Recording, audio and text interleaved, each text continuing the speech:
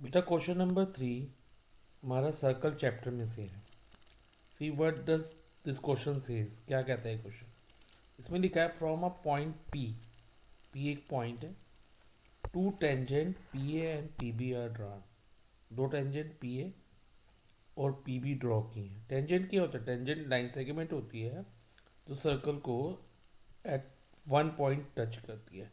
जैसे पी ए पे टच कर रहा है और पी बी बी पे टच कर रहा है। और drawn to a circle with centre O, हमने दो टेंजेंट ड्रॉ की है to a circle with centre O and radius R. और हमें ओ पी कितना गिवन है? 2r। O P is equal to 2r and O A radius R है, वो हमने यहाँ दिया ही है कि centre O and radius R. हमें क्या फाइंड करना है बेटा? हमें फाइंड करना है एंगल ए पी बी। सबसे पहले हमें फाइंड करना है angle A P B. A P B कौन सा एंगल है? It is this one.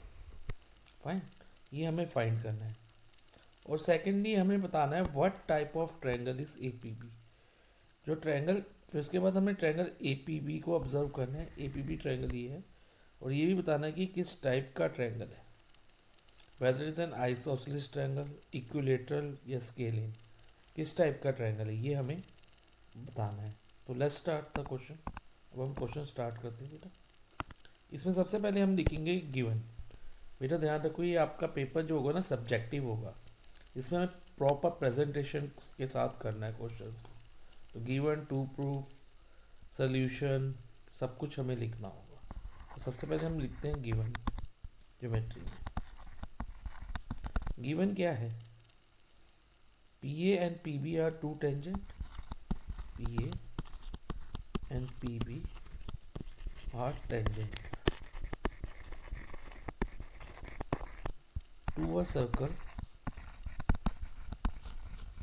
with center O and radius R। Okay, अब OP हमें कितना दिया है? OP is equal to 2r दिया है, और रेडियस OA, रेडियस तो हमें R दिया है, तो OA हमारा R हो जाएगा। OA रेडियस ये है ना, इज इक्वल टू R। अब हमें इसमें कुछ फाइंड करना है। फाइंड करना है angle A P B. Angle A P B find करना है। और सेकेंडली हमें बताना है what type of triangle is, what type of triangle is A P B. A P B किस टाइप का ट्रायंगल है ये भी एक्सप्लेन करना है। ट्रायंगल ए पी बी कौन सा है बेटा? It is this one. और angle A P B find करना है। अब बेटा ध्यान दो, अब हम एंगल ए पी बी कैसे फाइंड कर सकते हैं?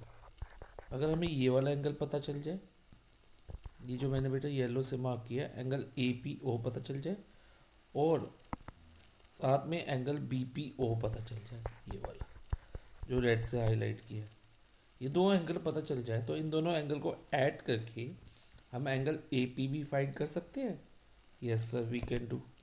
तो हम यही करेंगे। इधर मैं क्या करता हूँ, इस एंगल को मैं थीटा ले लेता हूँ, ओके, और इस एंगल को हम अल्फा से डोनेट कर लेते हैं, जो A P B P O है, ओके। अब हम सोल्यूशन करते हैं इस क्वेश्चन का, ध्यान से समझना।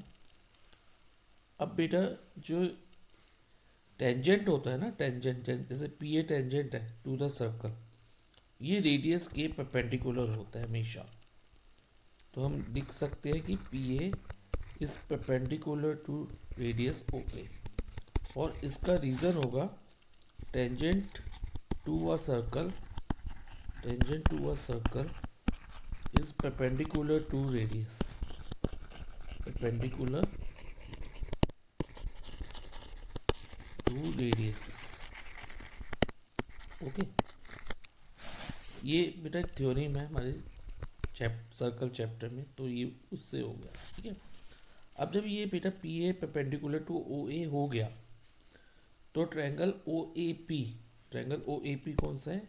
This one, O A P एक राइट ट्रायंगल माना जाएगा। यस सर, ये राइट ट्रायंगल हो जाएगा। तो हम लिखते हैं in right triangle O A P meter O right triangle O A P हो गया, तो एंगल ए इसमें 90 है, ओ ए पी में 90 की सामने वाली साइड हमारी ओ पी जो है वो हाइपोटेन्यूज होगी। ओके, और जो साथ वाली साइड है जैसे ओ ए और ए पी, इसमें एक साइड को हम परपेंडिकुलर और एक साइड को रेडियस मान लेंगे, और ये डिपेंड करेगा हमने थीटा क्या ली। तो जब थीटा की बात हो रही है तो इसका मतलब हमारे माइंड में आना चाहिए, और थीटा राइट ट्रायंगल बात कर रहे हैं तो हम इसमें ट्रिग्नोमेट्री अप्लाई करेंगे। अब ट्रिग्नोमेट्री कैसे अप्लाई करेंगे, ध्यान से समझना।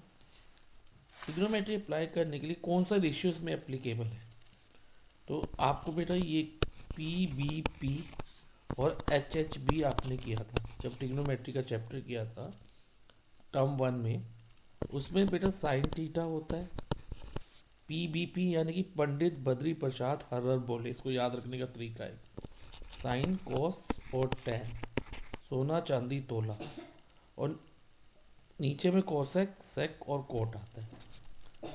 अब देखो बेटा, हमें हाइपोटेन्यूज गिवन है, और अब परपेंडिकुलर या बेस में से क्या गिवन है, ओ ए क्या रहेगा। देखो जो थीटा के सामने वाली साइड होती है ना, थीटा के सामने जैसे इधर थीटा है इस ट्रायंगल में ओ ए पी में, इसके सामने ओ ए साइड है, तो इसको हम परपेंडिकुलर कंसीडर करेंगे, तो ओ ए हमारी परपेंडिकुलर होगी। तो हम इसको ऐसे लिख सकते हैं, साइन थीटा लेके परपेंडिकुलर अपॉन हाइपोटेन्यूज, ये परपेंडिकुलर होगी थीटा के सामने वाली साइड, और ये हाइपोटेन्यूज हो गया ओपी, और साथ वाली हमारे बेस होता है। तो हमने जब साइन ले रहे हैं तो हम परपेंडिकुलर हाइपोटेन्यूज को ही कंसीडर करेंगे, तो हम लिखेंगे sine theta is equal to perpendicular upon hypotenuse, इससे पता चल रहा है हमें बेटा, ठीक है। अब ध्यान से समझना आगे। अब जब साइन थीटा हमारा परपेंडिकुलर अपॉन हाइपोटेन्यूज है, अब इसमें परपेंडिकुलर कौन सा है, ओ ए है, यानी कि आर थीटा के सामने वाली साइड, और हाइपोटेन्यूज ओ पी है यानी कि 2r। अब देखो बेटा आर और आर कट गया, तो sine theta is equal to हमारा 1/2 आ गया। अब हमें ये देखना है कि साइन थीटा की वैल्यू 1/2 कितने डिग्री पे होती है। इसके लिए बेटा आपको ट्रिग्नोमेट्रिक टेबल ऑब्जर्व करना पड़ेगा। इसको बेटा मैंने एक्सप्लेन करा था टर्म 1 में, और उसको टेबल को फॉर्म कैसे करते हैं वो भी मैंने एक्सप्लेन करा हुआ। उसके लिए बेटा एक वीडियो है, उसका लिंक मैं आपको डिस्क्रिप्शन में प्रोवाइड करूँगा। मीनवाइल आपको ये याद रखना है कि साइन 30 जो होता है ना, वो 1/2 के इक्वल होता है। आप टेबल से देख के बता भी सकते हो। तो sine 30 is equal to 1/2, sine 30 degree. तो अब इसको अगर कंपेयर करें बेटा, sine theta is equal to 1/2 है, इधर साइन 30 इज इक्वल टू 1/2, तो थीटा की जगह क्या आ रहा है 30 डिग्री, यानी कि थीटा की वैल्यू कितनी हो जाएगी बेटा हमारी 30 डिग्री। तो ये जो एंगल ए पी ओ है ना, एंगल ए पी ओ वो 30 डिग्री हो गया हमारा। अब हम अल्फा वाला एंगल निकालना है, यानी कि एंगल बी पी ओ निकालना है। तो इसके लिए बेटा हम इस ट्रायंगल में ट्रिग्नोमेट्री लगा सकते हैं, ट्रायंगल बी पी ओ में। लेकिन बच्चे इसको हमने दोबारा प्रूव करने की जरूरत नहीं, क्योंकि ये आर है, इसके लिए ये परपेंडिकुलर है, जैसे इसमें भी आर परपेंडिकुलर था इसमें भी आर परपेंडिकुलर है, और इधर ये 90 डिग्री होगा क्योंकि tangent and radius are perpendicular, तो उसके सामने वाली साइड हाइपोटेन्यूज वो भी 2r है, तो बिल्कुल सेम रहेगा। साइन 30 इज इक्वल टू इधर भी r/2r होगा, और साइन 30 इज इक्वल टू 1/2, और थीटा तो आपका 30 डिग्री आ जाएगा। तो इसलिए हम क्या करेंगे, इसको हम सिमिलरली करके लिख देते हैं। Similarly angle B P O is also 30 degree. अब आगे समझो बेटा, अब हमने क्या फाइंड करना है, पहले एंगल ए पी बी कैसे बना है, थीटा प्लस अल्फा, थीटा भी 30 डिग्री निकला और अल्फा भी 30 निकला। अब 30 प्लस 30 कितना हुआ 60 डिग्री। फाइन, अब इतना क्लियर है बेटा, यस सर। अब आगे देखते हैं। अब हमने ये बताना है कि ट्रायंगल ए पी बी, अब बेटा ट्रायंगल ए पी बी कौन सा है, ऑब्जर्व करो ध्यान से। ट्रायंगल ए पी बी है ये वाला, ट्रायंगल ए पी बी की बात करो जो मैं रेड से हाईलाइट कर रहा हूँ। ये किस टाइप का ट्रायंगल है? इसमें से एक एंगल तो हमारा 60 आया, ये वाला जो ए पी बी था, ठीक है। तो ए पी बी तो 60 आ गया, देखो इधर, यस सर। अब बाकी दो एंगल हम फाइंड करते हैं, उससे हमें पता चलेगा ये किस टाइप का एंगल है, यानी कि एंगल पी ए बी और पी बी ए फाइंड करेंगे। तो ये कैसे फाइंड करेंगे ध्यान से समझना। तो हम लिखेंगे in triangle A P B, P A is equal to P B. सोचो क्यों है? हमने सर्कल चैप्टर में एक थ्योरम करी थी that tangent from same external point are equal in length. Tangent from a external point, external point, उनकी length क्या होती है? इक्वल होती है। ये माइंड में रखना थ्योरम। तो दो थ्योरम्स थी बेटा सर्कल चैप्टर की क्लास 10th में, और 9th वाली प्रॉपर्टीज भी यूज़ हो सकती है, लेकिन बेसिकली क्लास 10th की दो ही थ्योरम्स है। अब P A is equal to P B हो गया।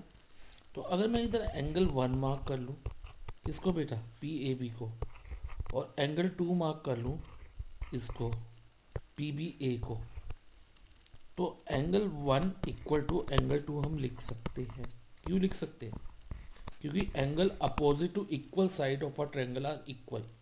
अब जैसे मान लो इस ट्रायंगल में पी ए और पी बी इक्वल हो गई, तो पी ए के सामने कौन सा एंगल है? एंगल 2, और पी बी के सामने, पी बी के अपोजिट देखो ये वाला एंगल है एंगल 1, तो एंगल 1 और 2 इक्वल हो जाएगी। तो इधर लिखेंगे angle opposite to equal side of a triangle, angle opposite to equal sides are equal, ठीक है।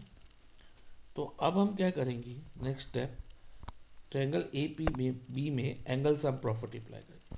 अब एंगल 1 और 2 को आप x मान लो, तो angle A P B plus angle 1 plus angle 2 is equal to 180 degree. This implies that A P B 60 था, एंगल 1 और 2 दोनों इक्वल है, उन दोनों को हमने x ले लिया, x plus x is equal to 180 degree. तो ये बना 60 plus 2x is equal to 180 degree. और अब 60 प्लस 2x 180 आ गया, तो 60 को हम किसके साथ शिफ्ट कर देंगे? 180 के साथ। तो 2x की वैल्यू होगी 180 minus 60। This implies that 2x is equal to 120, और x की वैल्यू क्या रहेगी? 2x अगर 120 है तो x होगा, x is equal to 120 upon 2, that is 60 degree. तो x 60 आ गया। अब बेटा x 60 आ गया, यानी कि एंगल 1 और 2 भी 60 हो गए। अब एंगल ए पी बी भी 60 है, इज इक्वल टू एंगल 1 हो गया, वो भी 60 है, और एंगल 2 भी 60 है। तीनों एंगल 60 के इक्वल हो गए। इधर जगह नहीं थी बेटा, इसलिए मैं यहाँ लिख रहा हूँ, आपको इसके नीचे ही लिखना होगा कंटिन्यूशन में। सो जब तीनों एंगल इक्वल हो जाए किसी ट्रायंगल के, और ईच एंगल 60 डिग्री हो जाए यहाँ, तो हम उस ट्रायंगल को इक्विलेटरल ट्रायंगल कहते हैं। तो triangle A P B is an equilateral triangle, equilateral triangle. तो इस तरह से बेटा हमने क्वेश्चन नंबर 3 सॉल्व कर लिया है। तो इसमें हमने निकाला कि angle A P B is equal to 60 degree and triangle A P B is an equilateral triangle.